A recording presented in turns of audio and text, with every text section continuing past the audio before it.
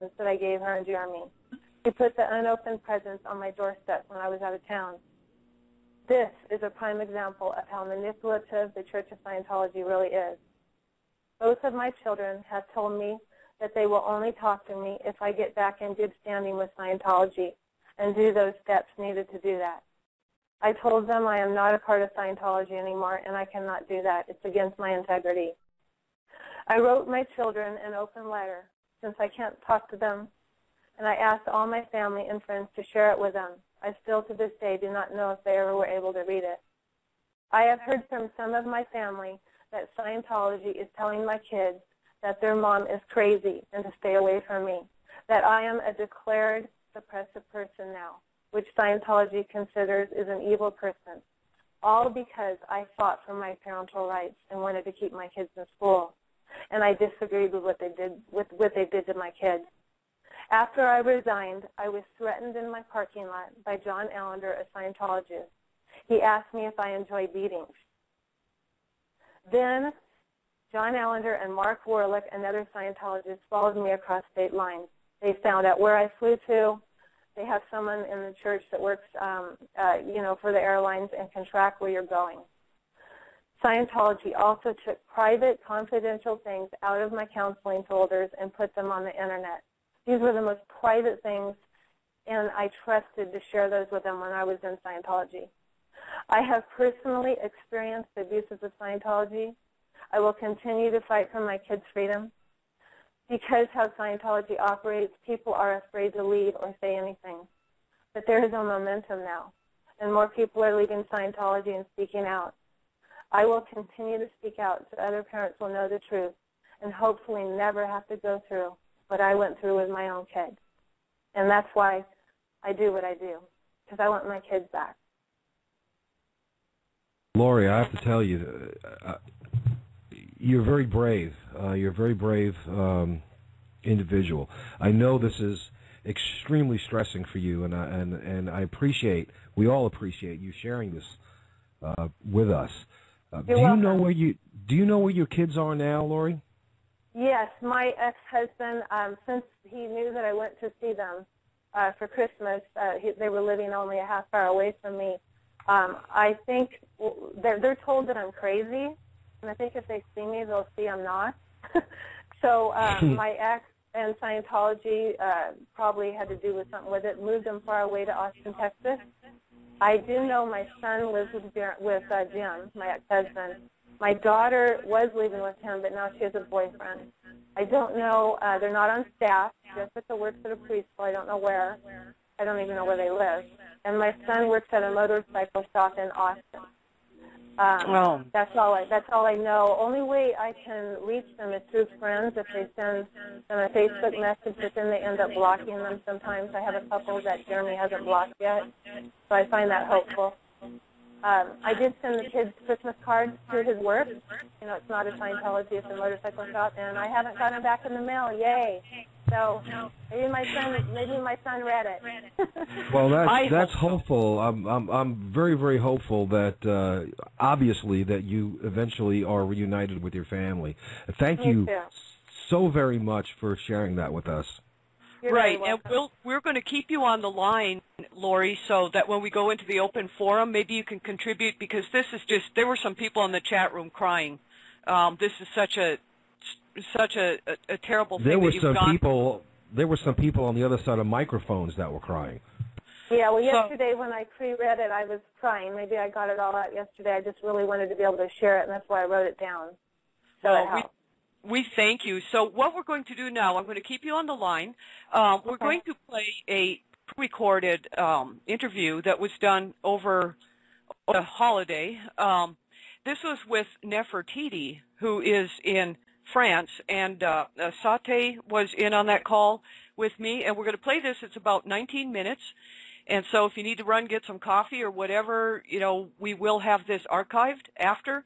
And then after that, I'm going to just unmute the lines and also take calls, and everybody could sort of have an open discussion, because I know everyone wants to do that. So, but with that, here we go with Nefertiti, and hopefully sometimes pre-records, the quality is not very good. I hope it sounded great on my on my computer, but we'll see what happens here. But I'm speaking up to expose this, the abuses of this cult, and also to denounce other cults' abuses, because they all function the same way. They lock the person in, and then they do mental mind control techniques, very powerful mind control, because a cult is about obedience and compliance. It's not about freedom. The way to happiness. What a wonderful title to trap people in. Oh yes, I want to be happy. You know, everybody wants to be happy. The thing is that they are selling you happiness. How can you sell happiness? Happiness and freedom are not for sale. You cannot buy happiness. You cannot buy freedom. It's a trap. Very beautiful point. Wonderful point. So how long were you in Scientology then? Can you tell us a little bit about your story? Yes, I had the money at the time. All my money. That's the first thing they did. They took care of the important stuff first, okay? Exactly. I mean, if you have no money, you're not interested. You are not an interesting person for Scientology. Scientology is looking for people with money, so they can get the money out of you first, and then they apply those control techniques, like auditing and processing, whatever they call it, which all are mind technique control and hypnosis. They make you believe that you are feeling good. They make you feel you are good. You know that. Gradually, they make you think you are psychotic, and you actually become psychotic. They drive people psychotic at the upper end, or when people get on staff and devote their entire lives and sign that billion-year contract. And what, from reading Nefertiti's story, she was in for quite a long time before she really realized that there is a big problem with it, and that it didn't promise what it delivered, and in fact it did the opposite. She was staffed for a while, right, Nefertiti? And then you went on to what's called the RPF, which is the Rehabilitation Project Force, which is where they punish people for the most minor of infractions. Anytime a Sea Org organization executive deems it necessary, he can order a person to be sent to the RPF. It's totally arbitrary. No judgment, no nothing at all. It's like the Gestapo. The Sea Org is like the Gestapo of Scientology. And I was belonging to that Gestapo. And suddenly I decided that I didn't want to be part of this game anymore. So I said, well, I want to leave. I want to live in here because I'm not happy, you know, and I think that I have enough of it. Oh, yes, well, you go to the prison camp because you have to redeem yourself. That's what I say. And I want to say that it is not true that a person agrees to redeem. It is not true the person voluntarily agreed to go to the RPF and be treated as a prisoner. The person is forced to sign papers saying she agrees to be in prison, but the person doesn't know what the hell is the RPF about, you see? Okay, okay.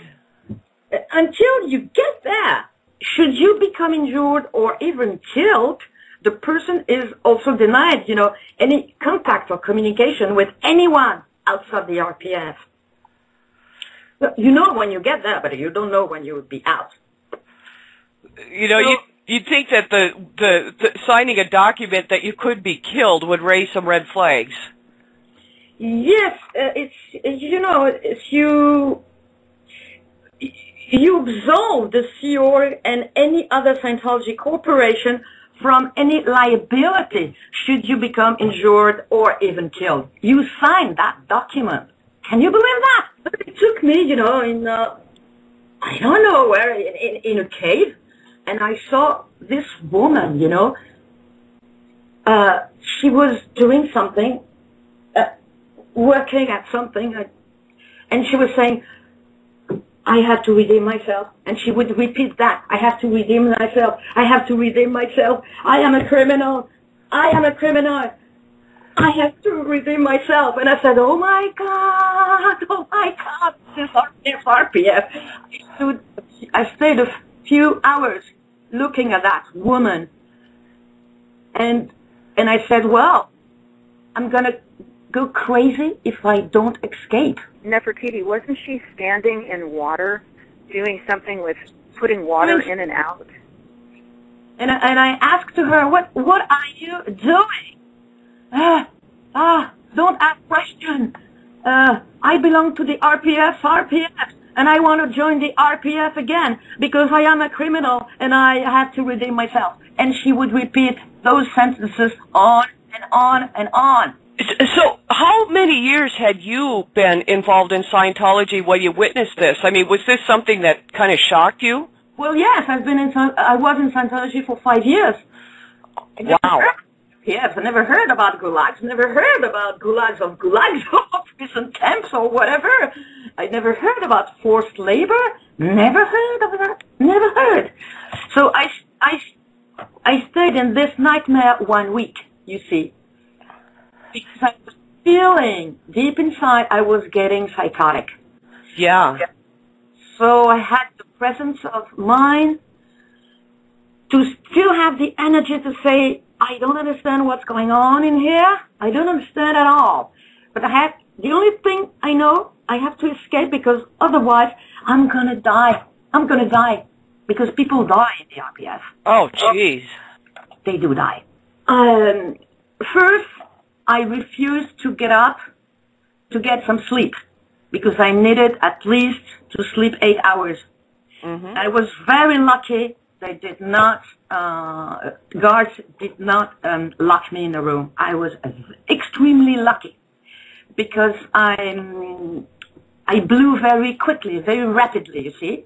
So they didn't realize, and you know they have all those corporations and houses and everywhere. So they, in a house where my passport was in a safe, they did not know I was in the RPF. Okay.